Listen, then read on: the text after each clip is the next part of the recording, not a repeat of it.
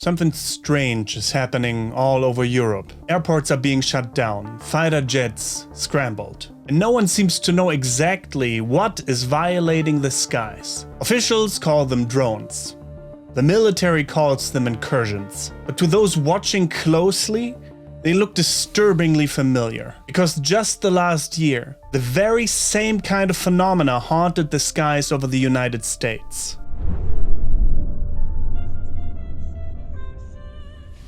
In late September 2025, drones repeatedly entered Danish and Norwegian airspace. At one point, Copenhagen airport went dark. Flights grounded, passengers evacuated. While multiple drones drifted over the tarmac in formation, Denmark's prime minister called it the most serious attack on the country's infrastructure in modern history. That same night, Oslo's main airport was forced to close. Then reports started flooding in from Poland, Romania, Germany, and France. Drones over military bases, near nuclear facilities, and circling civilian runways. In Poland, 19 were shot down in a single night. NATO scrambled assets. Denmark and Norway imposed nationwide drone bans. But the operators, whoever they were, vanished without a trace. European officials began to suspect a coordinated operation, possibly even a hybrid warfare campaign. The strange part?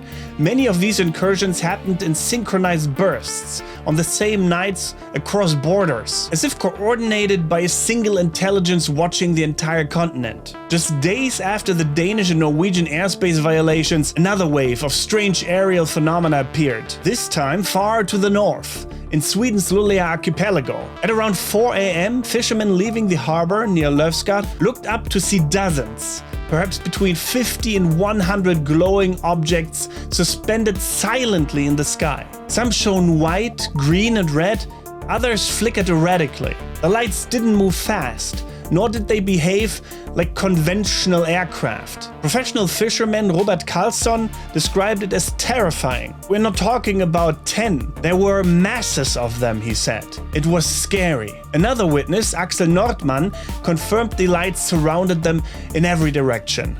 East, west, north and south, and insisted they weren't ships or reflections. Even Sweden's Kallax air traffic control tower confirmed receiving multiple reports that morning, though the Swedish armed forces refused to confirm or deny any military exercises in the region. No drones were detected on radar, and the police logged no official drone complaints that day. For locals used to the calm Arctic dawn, the sky that morning felt alive, swarming with light and uncertainty. Whether it was a drone swarm, atmospheric anomaly, or something else entirely, no one could say. And for those who've been following the UAP story, this déjà vu feels uncanny. Because almost exactly a year before Europe's drone wave, the United States was going through its own mystery in the skies. In February 2023, a Chinese spy balloon made headlines. But it was what followed that truly shook officials.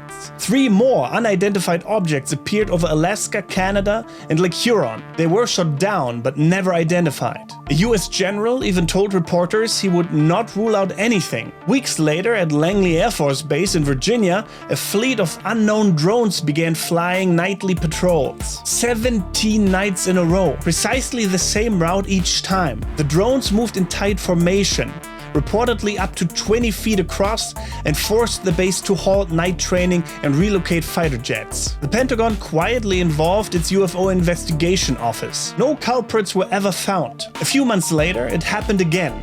This time over Europe's NATO backbone. In the UK, drones buzzed over American air bases at Lakenheath and Mildenhall. 60 soldiers with anti-drone tech were deployed, and F-15s scrambled to intercept. Germany reported similar incursions over Ramstein Air Base. And just like in the US, no one was caught and no device recovered. Patterns started to emerge. The same kind of incursions, the same kinds of targets. Nuclear sites, airports, military bases. And the same silence after the fact. The skies were full of questions and no one could answer them. So what's the purpose? What's actually happening up there? The simplest explanation is espionage. Unmanned craft gathering intelligence, mapping radar ranges, and testing how fast our air defenses react. These events align neatly with geopolitical tensions, Russia probing NATO, China surveilling the US, but that explanation doesn't account for the precision, the coordination, and the sheer frequency of these incidents across continents. Others believe it's psychological warfare, a campaign to create unease, to remind us that even the most protected skies aren't really safe. Some experts say these waves could be tests, field experiments for swarm technology, or real-world rehearsals for disabling radar networks before a future conflict. But there's also a quieter theory, one that stretches beyond politics. What if not all of these craft are human-made? The behavior of some of these formations, their synchronized movements, their appearance over nuclear and military installations, and their ability to evade detection echoes historical patterns in UFO encounters dating back to the Cold War. For decades, both American and Soviet missile crews have reported strange craft hovering near nuclear sites, sometimes even disabling warheads. If that's true, if these are not all spy drones, then maybe we're being watched for a reason, not by adversaries, but by observers. Observers who appear when humanity edges closer to catastrophe. Observers studying our weapons, our energy, our behavior, as if monitoring a species on the verge of a breakthrough or a breakdown. Of course, there's a more grounded possibility. Maybe it's just a mixture of all of the above. Espionage, mischief, hysteria, and something else we haven't quite named yet. What matters is that the skies over Europe and the skies over America before them are becoming the new frontier of mystery. We've reached a point where the line between drone and UFO is blurring. The technology has caught up to the mystery, and maybe that's the point. Maybe the ultimate camouflage for something extraordinary is something ordinary. So the question remains, who or what is really flying above us? And why now? The incursions aren't slowing down. The reports keep coming. And whether it's foreign intelligence or something beyond it, one truth remains. We are no longer in control of our skies. Not completely. And remember, you are not crazy. You are awake. Thank you for watching The Drip System. Bye.